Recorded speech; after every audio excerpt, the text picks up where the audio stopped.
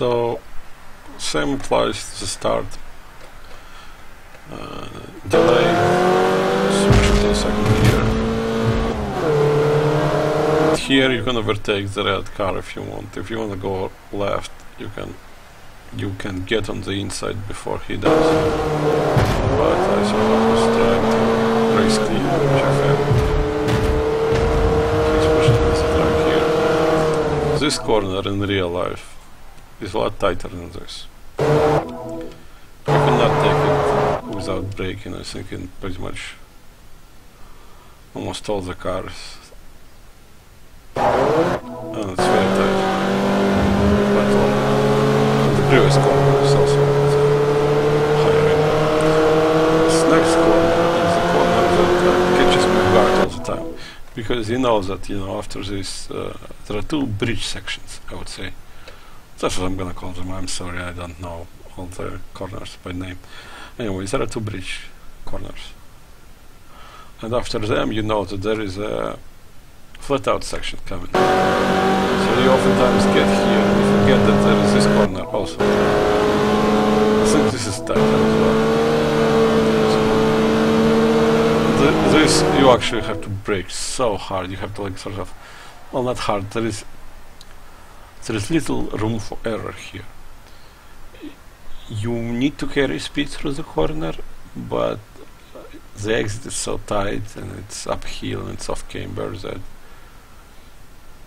there are curbs outside. If you get caught on them, it's over.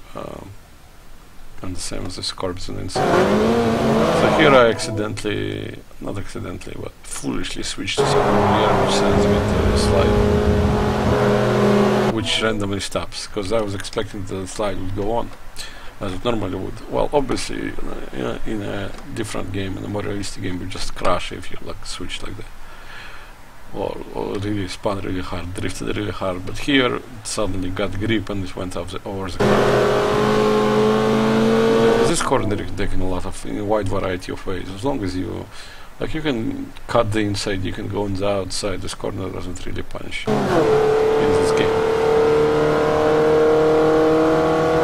So here is a flat out section. There is a trick to it as well. And this also happens in other sims. This happens in iRacing, so it's for real. This section is slight uphill, right? So because of that, the gravity is fighting against the torque of the engine. So the revs, they're constantly being offset by the gravity, the need for increased torque. So that's why I keep it here at third gear until it's sort of like, when you hit the rev limiter, it goes like bloop bloop or whatever. It makes a sound, and only then I switch, because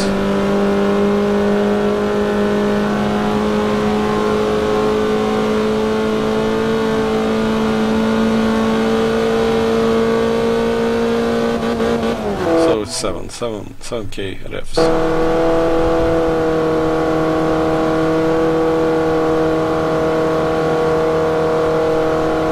And still, you can see that the needle is actually climbing down. So you're actually losing here. So I go back to third. I go back to third because my engine is losing the fight with gravity. And I wait for another green loop. I think it doesn't come because of all the corners.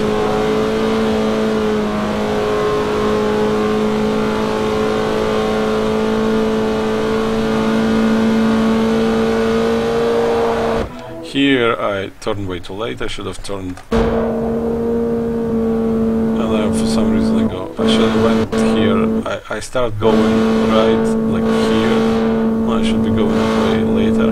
I should go, keep to the right, like till here or something, and then switch.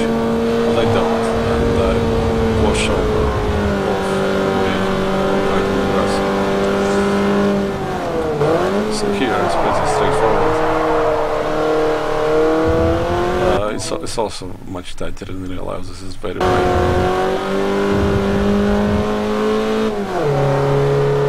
The carousel, one name to remember, is different.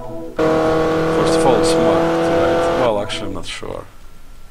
They might have repaved it at some point. Anyway, there are blocks here.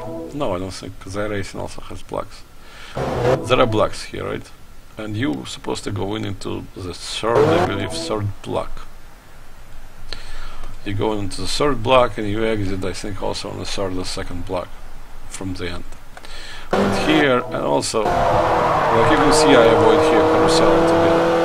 And the reason I do it because I made a couple of attempts at this before, and the carousel in this version of Nurburgring Nordschleife is way too deep, so it's sort of like just clunked down like some kind of pothole. So I just feel like that it costs me too much time, so I just avoid it until it goes more shallow, and until I, because you need to be in a straight line over here, right? I feel like fine, I can get into here. You need to be here. You can't be outside of carousel in the end, because outside of carousel in the end is here, right? And you wouldn't make it home if you were inside of carousel. So I need to get something.